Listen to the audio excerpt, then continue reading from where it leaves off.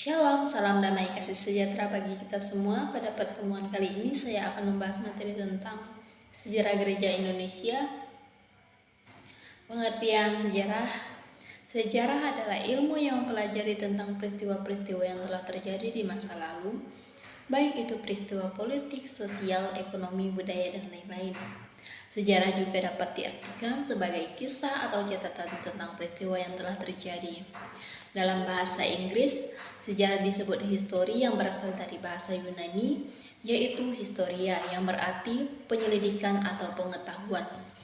Sejarah memiliki beberapa tujuan, antara lain mengenal dan memahami peristiwa-peristiwa yang telah terjadi di masa lalu, mempelajari dan menganalisis penyebab dan akibat dari peristiwa-peristiwa tersebut, mengambil pelajaran dan hikmah dari peristiwa-peristiwa tersebut untuk kehidupan di masa kini dan masa depan. Sejarah gereja adalah studi tentang perkembangan dan perjalanan gereja Kristen sejak zaman rasul-rasul hingga saat ini.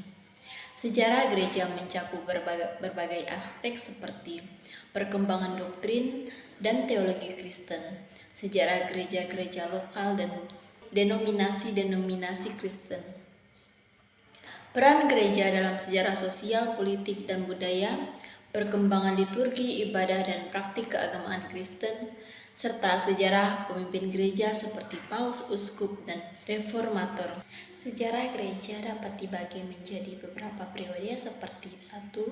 Periode rasuli pada abad ke-1 Masehi, 2. Periode patristik pada abad ke-2 sampai ke-5 Masehi, 3. Periode abad pertengahan, abad ke-5 sampai 15 Masehi, periode reformasi abad ke-16 Masehi, periode modern abad ke-17 sampai 20 Masehi, periode kontemporer pada abad ke-20 sampai 21 Masehi.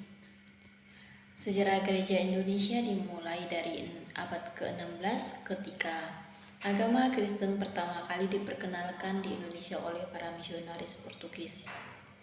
Periode awal pada tahun 1511 sampai tahun 1602, agama Kristen pertama kali diperkenalkan di Indonesia oleh para misionaris Portugis pada tahun 1511. Gereja pertama di Indonesia dibangun di Maluku pada tahun 1522.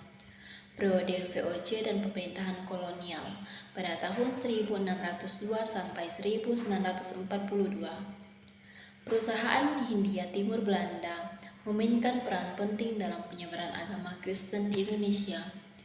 Banyak gereja-gereja dibangun di berbagai kota Indonesia seperti Batavia dan Semarang. Para misionaris dan pendidik Kristen memainkan peran penting dalam penyebaran agama Kristen dan pendidikan di Indonesia.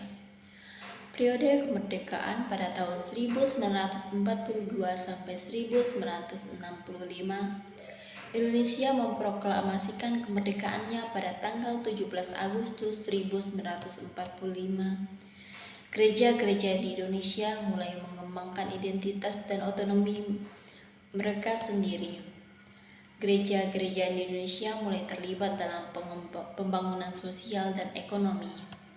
Pada periode modern, dimulai dari tahun 1965 sampai sekarang, gereja-gereja di Indonesia terus berkembang dan mengembangkan identitas mereka sendiri. Gereja-gereja di Indonesia terus terlibat dalam pembangunan sosial dan ekonomi serta memproklamasikan nilai-nilai Kristen. Gereja-gereja di Indonesia menghadapi tantangan dan peluang dalam konteks sosial, politik, dan ekonomi yang berubah-ubah. Beberapa tokoh penting dalam sejarah Gereja Katolik Indonesia yaitu pertama Santo Fransiskus Xaverus 1506 sampai 1552, misionaris Yesuit yang pertama kali memperkenalkan agama Katolik di Indonesia. Yang kedua, Monsinyur Albertus Sejipranata 1896 sampai 1963, uskup pertama di Indonesia yang memainkan peran penting dalam pembangunan Gereja Katolik Indonesia. Dan yang ketiga, Kardinal Julius Dharma Atmaja 1934, Kardinal Indonesia pertama yang memainkan peran penting dalam pengembangan Gereja Katolik Indonesia. Nah, teman-teman, sekian materi pada hari ini. Terima kasih, shalom damai, salam kasih damai sejahtera bagi kita semua.